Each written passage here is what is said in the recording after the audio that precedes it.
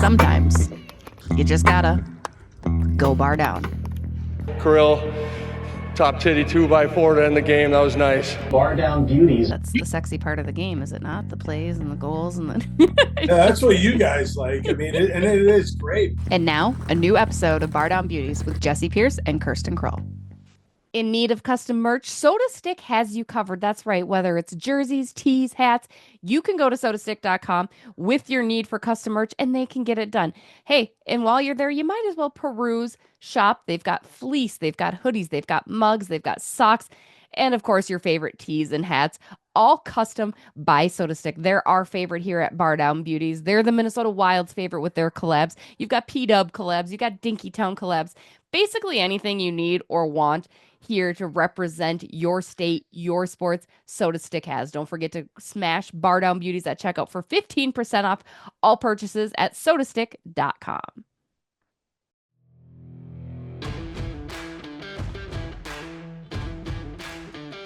Hello, everybody. What's up? Bardown Beauties, episode something, because I honestly don't know, because it's still summertime. She's Kirsten Kroll. I'm Jesse Pierce, back with another new episode of Bardown. How we doing, Kirsten? We're Like halfway through July, which is kind of wild. We're more than halfway. More than halfway. We're more than halfway, and I'm excited. We're getting towards my favorite time of the year. I love late summer, early fall. That is where I'm just at my happiest without even trying. Like, I don't even have to pretend. So I'll be doing all of the things. Aside from that, I'm just really hungry right now. I haven't eaten yet today. I haven't even had coffee yet today. So the fact that like this is me right now without coffee, I'm shocked. Like normally I'm just grumpy as can be. No, Never. So I don't know. I had my 6:30 a.m. workout class this morning. So maybe I'm just running off of like natural energy, which is what, doctors and things advise you to do to begin with. And can we give a shout out for the early morning workouts? I feel like you're now committed to the early morning because it feels good, right? Like I know I go a little egregiously early, but that's because I got to get the kids out the door, right? But then it's done. Like give me 5 a.m., give me 5:30 a.m. at the gym, and then I'm done with it for the day. And I'm awake. I'm kind of feeling a little bit better about myself. Early mornings, baby. Yeah. Also, anyone that is watching the video format of this, they saw me kind of just punch myself in the face on accident there. But no, I've always loved early morning workouts. It's just been a matter of like balancing it when you work super late nights and like not emotionally draining. That's not the right word, but like you run on adrenaline. So you're like extra exhausted from working nights. So then therefore trying to get up early the next day. So finding a way to work it into your schedule has been great. But yeah, I've always loved the morning workouts. But yeah, early morning is so much better. And there's just less people. For me, that's everything. Yeah. Like I don't have to worry about getting on my treadmill or grabbing my weights or having my bench. I'm guaranteed it. Plus we have a little community now. Like we give each other the acknowledgments like, hey, you're here every morning too, my guy. Mm-hmm. I bet you, like I do think it's because we're getting older. Like you are also getting older. Congratulations now. Because I feel like I look at the young players on the Minnesota Wild and I'm not picturing a Brock Faber or a Matt Boldy getting up early to go work out. No, I feel like they would. Yeah. I don't know. That I early? do. Yeah, I would say so. Maybe. Honestly, it's all about your circadian rhythm. It's what you set your internal clock to, how your body functions. Like I physically can no longer sleep in past 7:30 a.m. I can't. Right. Like I'm up out of bed. Like I can't fall back asleep even if I tried. If it's a Saturday, I don't have to be at work. I'm just so used to it now. Like that's where we're at. So yeah. I agree with that. I've always been, it could never be 8 o'clock was kind of my cutoff. And I'm trying though to like embrace sleeping more because for far too long I have been functioning off of just 6 hours of sleep. Like 6 hours is all I need, which sounds terrible. No, I don't know how I do either, but I would like to change that. I'd like to revisit that part of my body and be like, we could sleep a little more. We don't have babies anymore. The kids, like the kids will now sleep in until 7:30, 8 o'clock, which is very late for them, all things considered. So, but it's not later. It's kind of early. I'm trying to figure out this transition. Hold on, just give me a moment. The schedule release. We're early on a good schedule release. We got the schedule for the Minnesota Wild. First things first, all the teams now jumping on the NFL bandwagon, it seems, and kind of doing their own variations and iterations of videos and having fun. The Minnesota Wild went with the Rage Room, which I don't know, Kirsten. You said you liked it. I'm kind of 50-50 on it. It wasn't like it was bad. I just don't know that it was as creative as it could have been. I really liked it. I mean, I didn't see all of the ones from around the league. I mean, granted, there were teams that literally just released a graphic. Yes, that's like true. no bells or whistles to it. They just did a graphic and called it a day.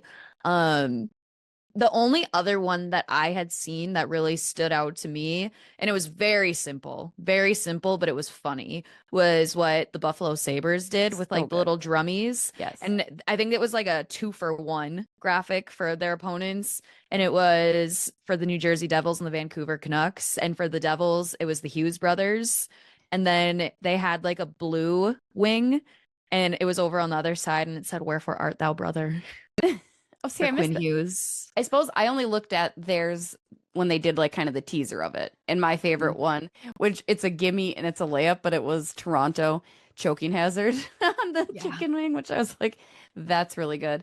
I mean, you have to. Oh, Nashville had a really good one. But for other people, like if you don't know like country artists and stuff, because they had a lot of did they? star power to theirs. And it was a little bit more of a skit. It was really cool. Like they had Lainey Wilson, Dustin Lynch. They had some big celebrities in Nashville do theirs. I kind of like to. Did you see Columbus's? So Columbus, like the Minnesota Wild, is celebrating 25 years. So they went back to what was popular back in October 2000 when they debuted and kind of did a Jackass skit. And even Dean Evson's getting in on it. Like, it was very clever. Like, I wouldn't have thought, I like the very out of the box thing. You know, that's what I'm saying. I didn't dislike the Wilds. I just didn't think it was over the top creative. Like, I thought that one was also super fun. Yeah, that's fair. I guess, I don't know.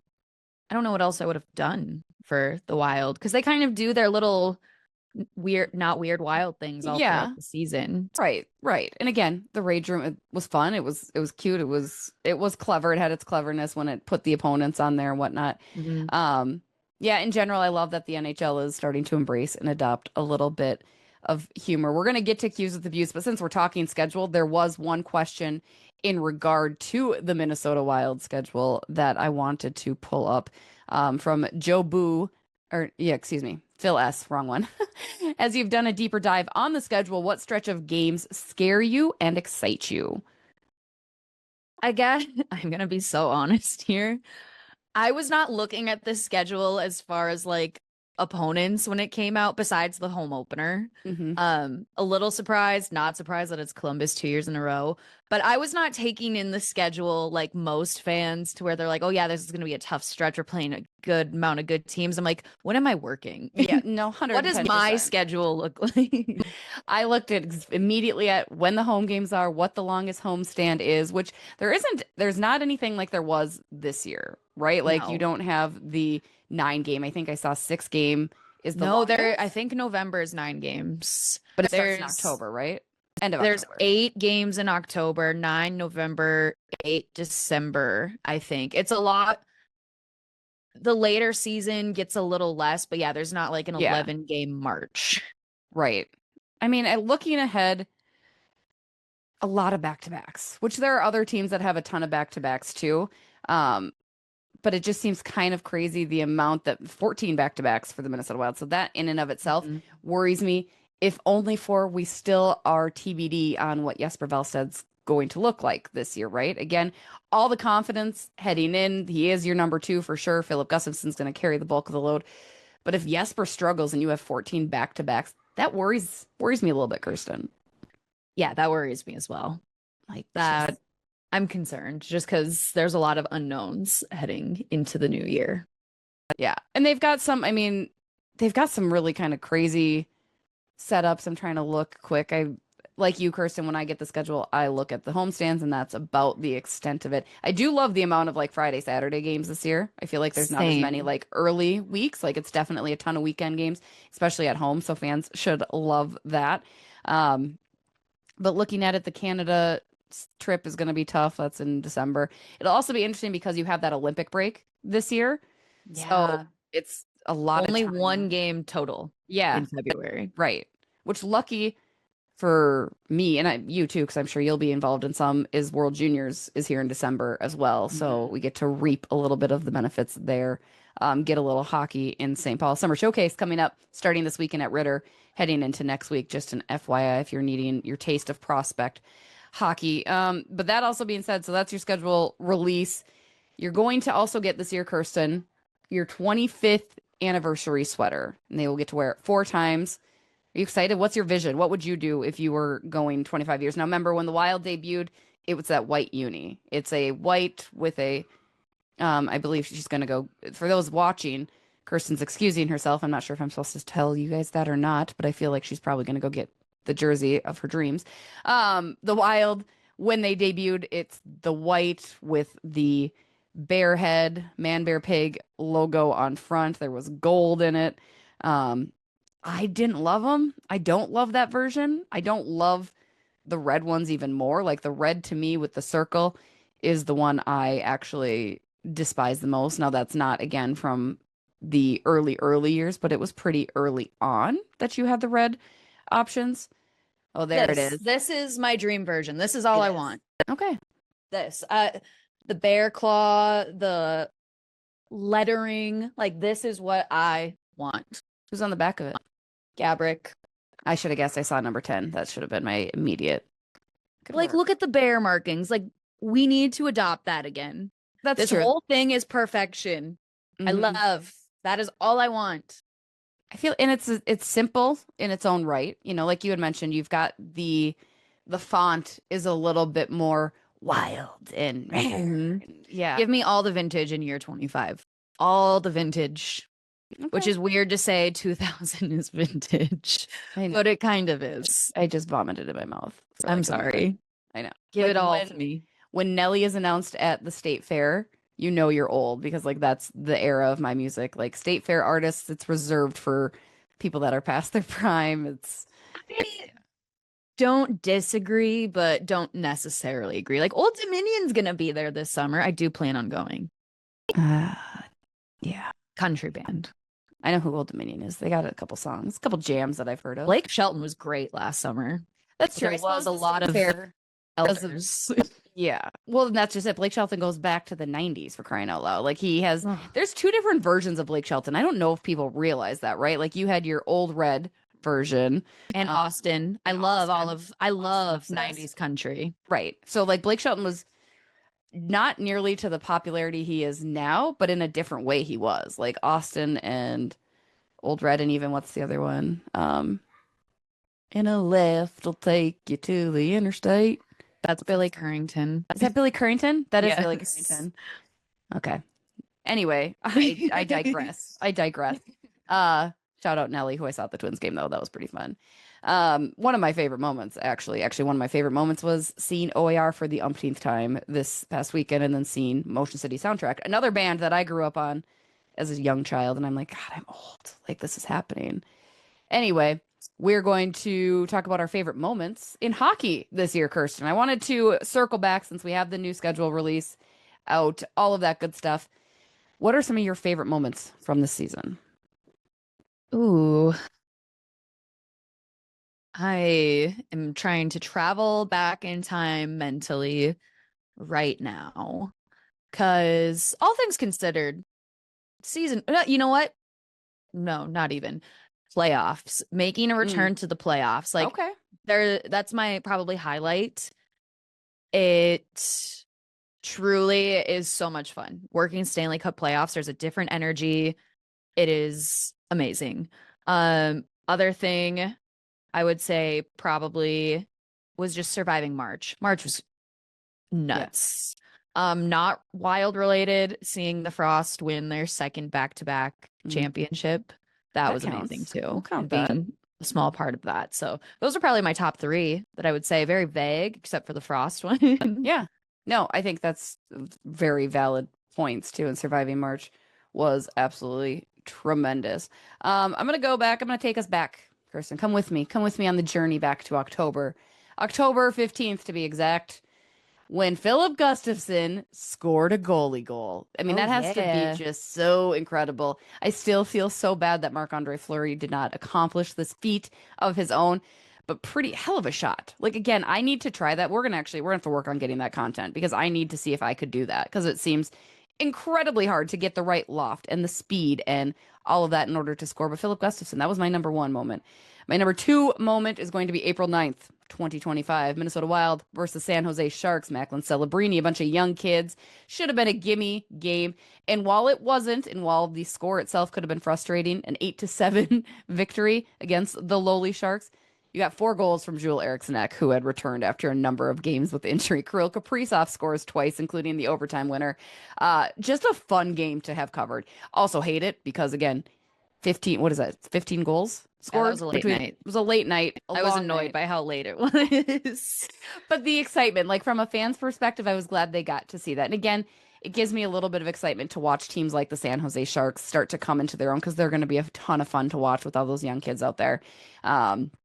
So yeah, and then my final one, April 16th, 2025, the final regular season home game where Marc-Andre Fleury gets his flowers, pun intended, being able to slot in to that overtime because they had clinched a spot in the playoffs, and he gets to kind of have this final hurrah. He gets the victory in addition. Another shout out to Philip Gustafson for thinking of that, but that was just so beautiful. Not only did you know you were going to the playoffs, but Marc-Andre Fleury gets a final moment at home. It's poetic. It is. That's all we can ask for. Let me know your favorite moments. Let me know what we missed. There's been a ton, I'm sure, this season. Let's dive into some questions, though. Kirsten, we already asked one. You guys had some really good ones this year, so shout out, or this week, excuse me. This year too, as well. I know. Josh wants to know if you had to sum up Billy's time here, has he made more good moves or more bad moves? I would say slightly more good moves. I think recency bias argues, I don't understand. I don't think Trenyan has added a lot outside of what we saw from him in the postseason, but that's still an early sample size. He has made moves that I've loved, such as the Declan Chisholm waiver pickup. I thought that was great. I thought the buyouts were fantastic. That was a ballsy thing that we have talked about, but just to do that right from the get-go was awesome. I don't know, but some questionable moves for sure, which any GM does have, but overall, I'd say more good than bad. I think so too. Like, I know people can get frustrated at certain things, and yes, we all know my feelings on Trenyan or even some of the players that he has acquired, Gus Nyquist, bringing, Marcus Johansson back into the folder, or even some of the contracts that he's established.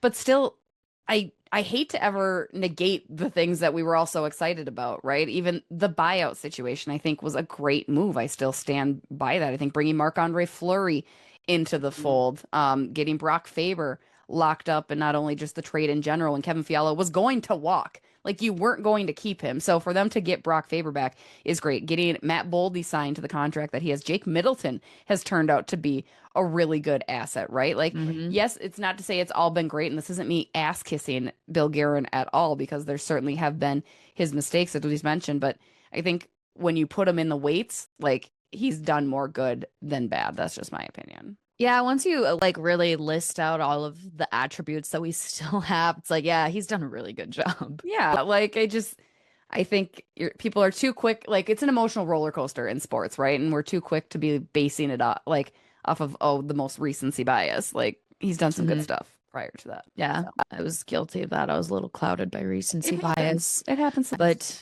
Joe Boo, he wants to know, does Eve have a shot at the Calder? Defensemen are hard, right? Now, the past couple years, that hasn't necessarily been the case. You've had players, Moritz Seider from the Detroit Red Wings, right? Like, it's not unheard of.